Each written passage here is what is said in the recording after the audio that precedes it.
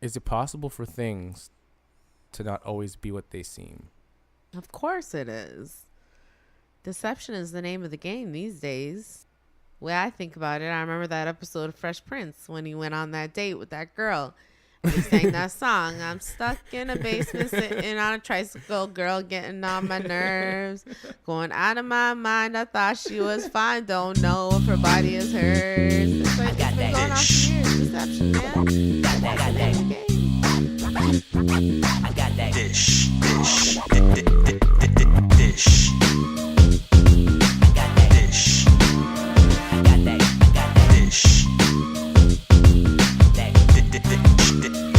Hey y'all, it's Onika And J.R. and you are dishing with DaintyDysh.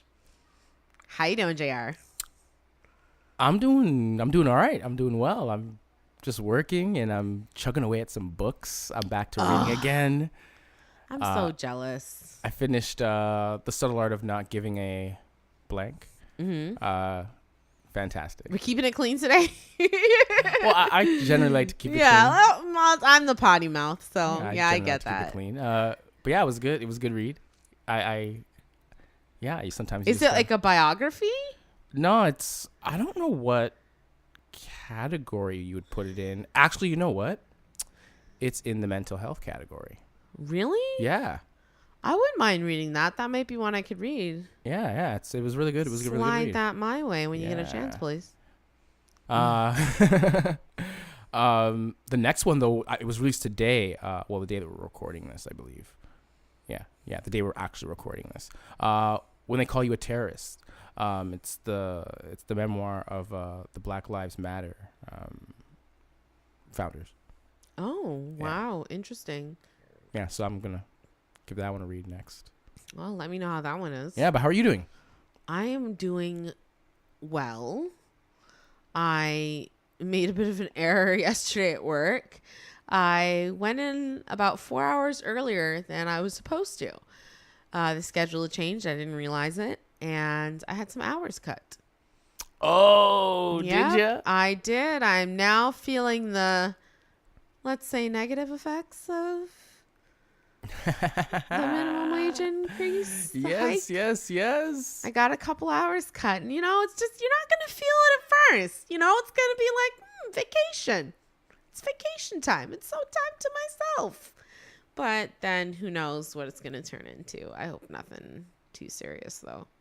But that's interesting because I was reading an article a couple days ago that referenced how daycare workers, they're, some of the lowest paid people out there. I don't understand why.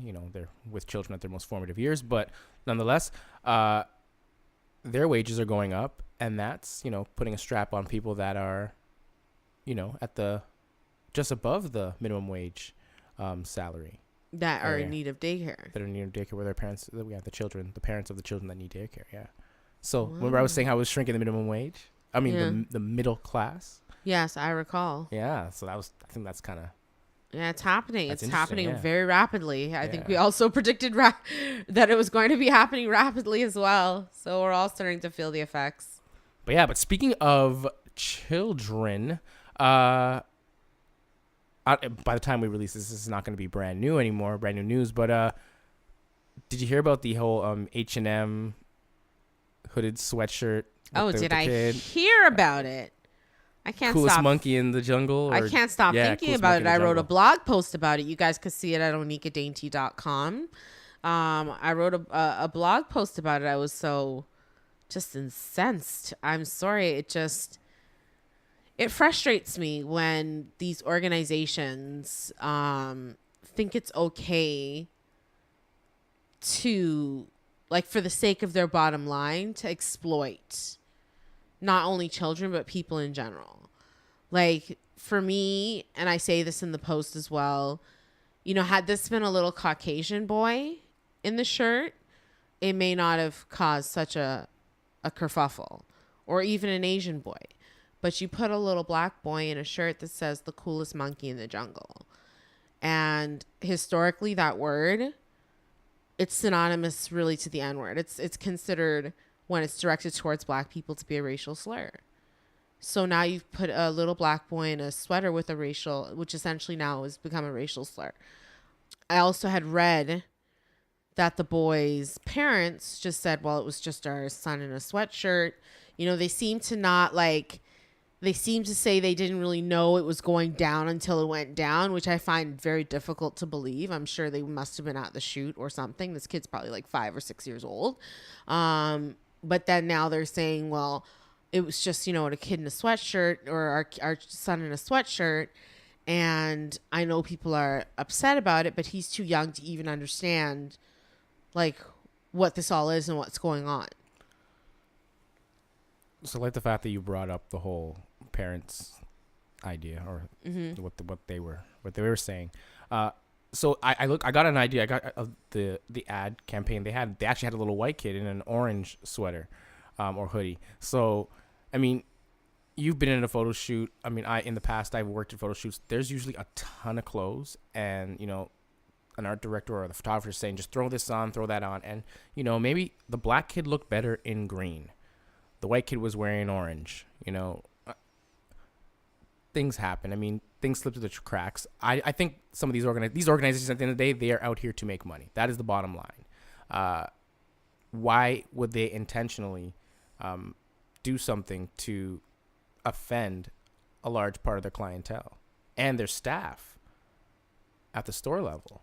Yeah, I was at H&M the other day to return a pair of pants that split. Again, not because I'm fat, simply because it was bad material. Well, no, I mean, but I was returning these pants, and it was like dead in there. I've never seen H&M without a lineup. Mm-hmm. Like I've never passed by that store in any season where there wasn't a ton of people in this store. It's like a 5-level store at this point, where at least at the mall I work at. People are boycotting them, you're saying. And people are starting, they're boycotting. You know, I don't know how long it's going to last. Well, here's the thing.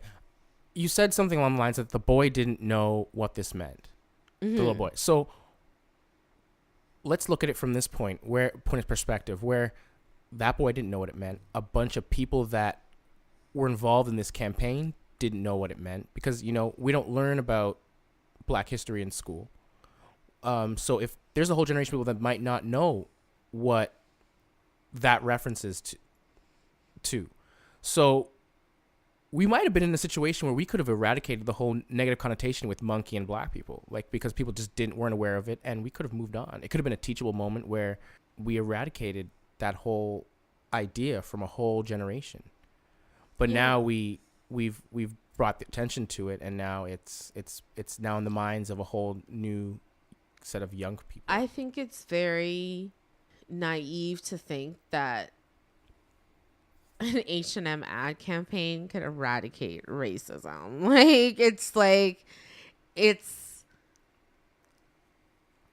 No, I'm not saying this is supposed to eradicate racism. That's not what I'm saying. No, I know. I understand what you're saying. I'm not trying to like take away from what you're saying. I'm just saying that like the word monkey, like it's a commonly used term toward, like, racist term towards black people. Like it's commonly used. It's well known. It trickles down from generation to generation. Now when this particular hoodie was created, do you actually think it was created in mind where they were going to put this hoodie on some black kid in the ad campaign? Do you really think that when the designer was creating this particular piece of clothing, do you really think that was in their head? No, I don't think that was their intention. There was a bunch of things that happened. The art of clothing was made. You know, it was put into production. You know, it was taken to a set with a ton of other clothes. And then someone said, "Oh, put the green one on, put the red one on, put the blue one on, put the purple one on, put the orange one on." And it just so happened that the green one got on this kid. Okay, the picture was taken. So many processes that go through. At that point, I can understand that happening. Okay, now you go back to the editing facilities where you're going to get the photo ready for whatever medium, print or digital. It's being cleaned up, and then it's got to be approved by whoever it is in that organization. Well, clearly they don't have any black people in that organization, or no one was able to speak up or was involved in that process.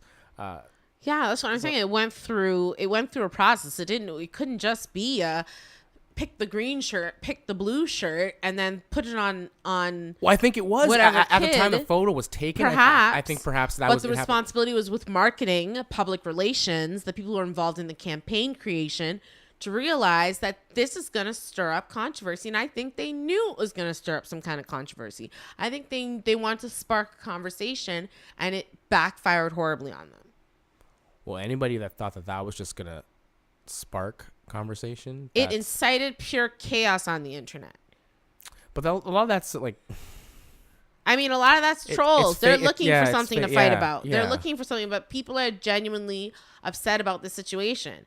We had a girl come into the store asking to buy swimsuits, and we recommended to her. Not me, a friend of mine said to her, "Oh well, H&M sells swimsuits," and she'll like, "Girl, child, please, I'm not going there."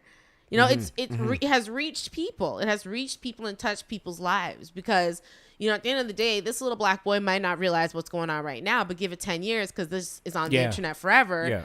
He's going to see he was a poster child. He was used in this way to make some type of, whether it was related to sales or the bottom line or being controversial, because you never know with these companies. They need attention. They need to be constantly relevant. And now they are relevant. Well, you're getting a paycheck to wear something. You're a model. You're wearing something, you're getting a paycheck.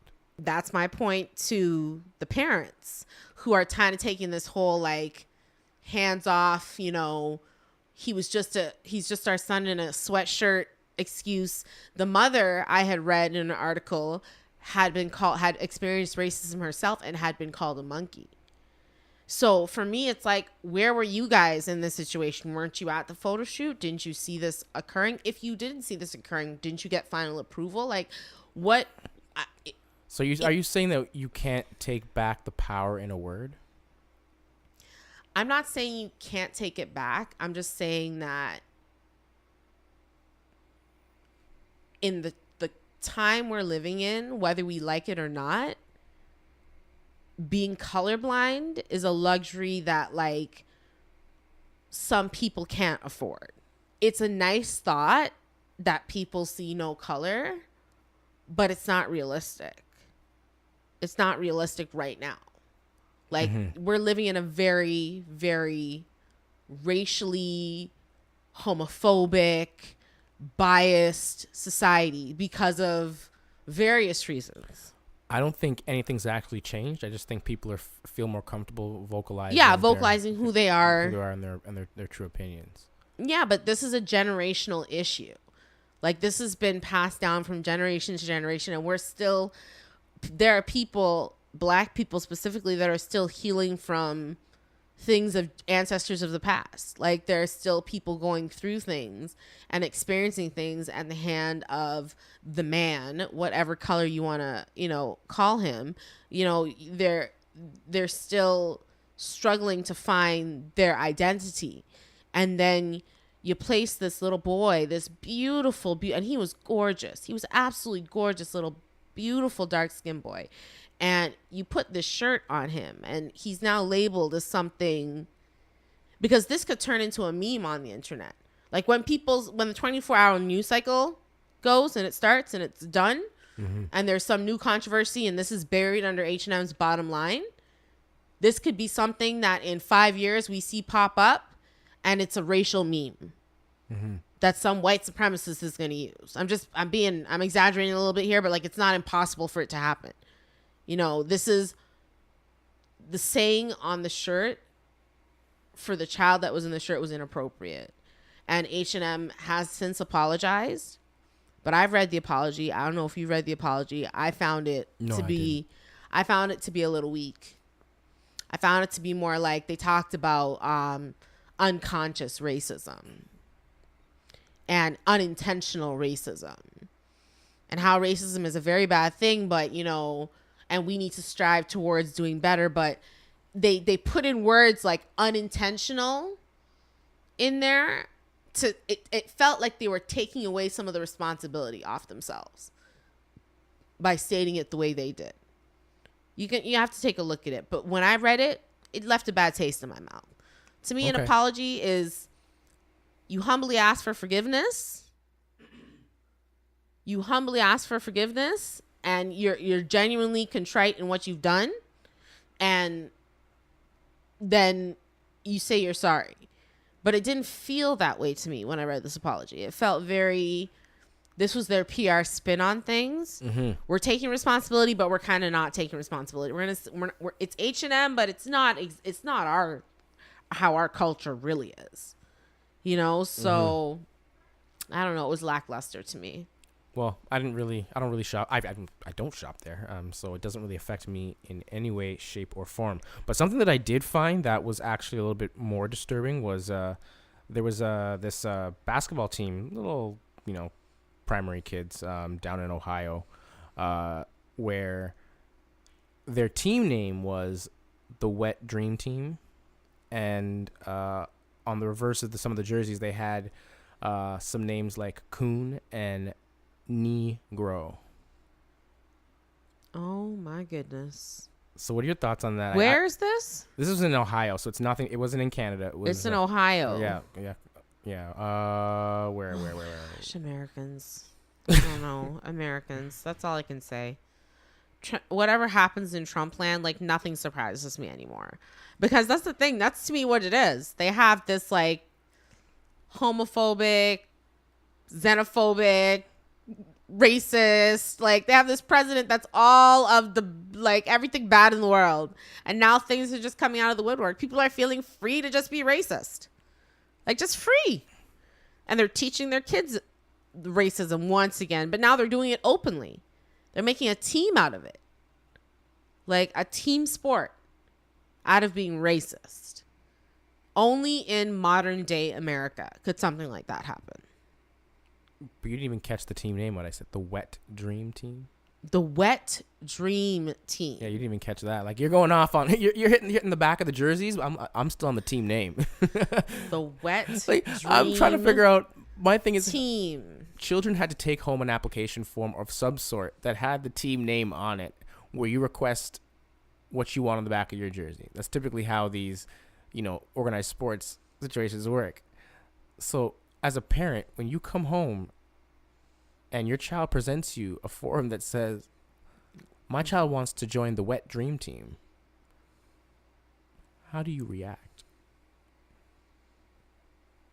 Well, if they're talking like Wet Dream, like nocturnal emission, that's super weird. Like, Isn't that disturbing? Wouldn't you be disturbed? that's super weird. But like, how does that relate then to the then racist things on their backs? It doesn't make sense. It's like you're going, the whole situation is left and then it goes right and then it goes left again. Like, It's disturbing. it's very disturbing. What is going on in Ohio? Like, Yeah. Anyhow, back to the backs of the jerseys with the player names. so what were the names? What were the ones that Well, they two said? examples that I gave you: Coon and Negro, like a knee, and then Negro. grow. Like, so just not creative at all. Yeah, like I think it's just the world that we're living in right now. That these things are just, people are so unapologetic about what they're doing in that country right now. And a printing company printed these. It's like there's processes that this stuff needs to go through, approvals that this stuff needs to have, like, for this to happen. So some person that's like disguised themselves as a responsible person is making decisions that are offensive to an entire people. But then again, you've got their whole freedom of speech. But then the hate speech, it's mixed up. I don't even know where to go. I don't know.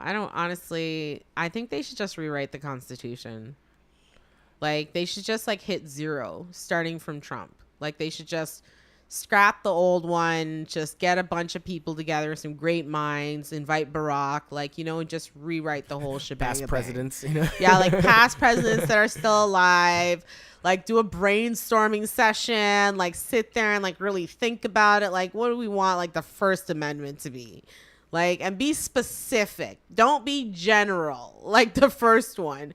include everybody. Include everybody so there's no question that they're all Americans. Like some type of a summit would be, I think, incredible. Just rewrite the Constitution altogether. I don't know where that came from, but I just felt it needed to be said. You just went on some sort of rant there. I just felt it.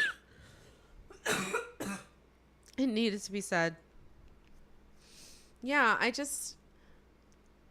racism is tough. Like, I can't remember who was asking me. Someone was asking me the other day if, like, black people could be racist. Oh, absolutely. But, like, against, like, white people. Yeah, absolutely. Yeah, okay. I said yes. Yeah. I had to think about it for a second, but I said yes. I'm like, yeah, we can be. Like, it's like the situation's never going to be reversed. Like, I don't think there's ever going to be, like, on the scale of what's going on with this, like, young boy where it's going to be reversed. But I don't know. So moving from one racial political issue to a gender political issue. Oh, we're going to go to gender political now? Sure. Let's talk about gender politics. Me too. Oh, me too. Why don't you define for the listening audience what Well, Me you're asking Too? me to define Me Too? Yeah, I am, because this is a touchy one for me. Like, I'm still not, So you asked the guy, hey, yeah, define Me Too. I want to know that you know it, because it's really about you guys. So, like, are we having what was that Black History moment that we had in the earlier? Harriet Tubman. You're pulling a Harriet Tubman on me? and, Rosa Parks. Yeah, Harriet's on the bus. She's on that bus. She would take Like, pictures. JR, define Me Too. Okay, so for me, I guess, it was a hashtag, right? That's It was a hashtag, and it's I guess it was used to bring awareness to sexual assault and harassment, and I think it was mostly in the workplace, but I don't want to like give a definition and say this is what it is, and then I'm wrong. But remember, there was some sort of social activist that was using it to kind of bring awareness to say, hey, you're not alone if you suffered from this type of abuse, essentially. And then I think there was some actress like popularized it at some point, and then it kind of, I feel like it shifted meanings. And I've never been able to really articulate what I felt, but this Saturday, in the Globe and Mail, Margaret Atwood, she wrote an opinion piece about whether, the question she posed was, am I a bad feminist? And she started talking about how, women. I'm going to say women we are. No, I can't say women we are. I got to say women. I don't even know what tense or how to pose this. She says women are, not fragile. We're humans. We are essential beings, and we, have feelings, and, we're real, and, just basically saying, like my definition of feminism is to be the striving to be equal, Yeah. So, or equality between the sexes. So, we're equal like that. That's what I think feminism means, but sometimes I guess because of the way the word is, you might think it's, pro female man hating, but I don't necessarily believe that. But anyway, she was getting a lot of flack because ultimately she got to the point where she's saying that is the Me Too hashtag now becoming like more like a witch hunt? Is it the result of flaws in our legal system? Because I think that's where the problems with sexual harassment and assault, really where the problem lies, is in our legal system. Because women are afraid to come forward.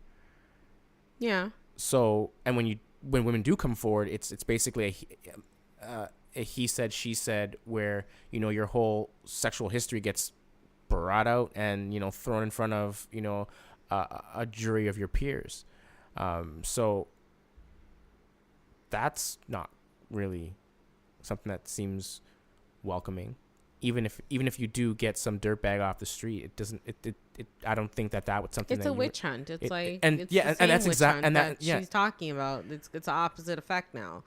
Now women have found a platform and they see an opportunity to unload the burden that they've been carrying, but whether it's rape or it's harassment, and that's fair.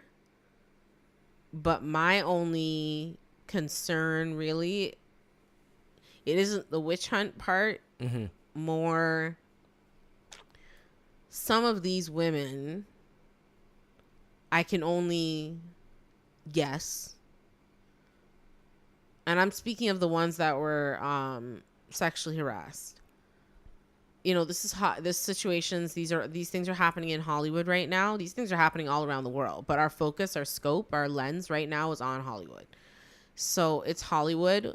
We know about casting couches. We know what happens. Is it right? Is it wrong? Is it their culture? It doesn't matter what it is. It is what it is. It does happen. And as women, we always have the right to say no. It's important to understand that you have the right to say no matter how powerful, no matter how much this person could shape your career, no matter any of that, you have the right to say no. And it seems in certain instances, these situations happened and they were left for years and years without recognition. And now it's popping up when, you know, the scope is on Hollywood.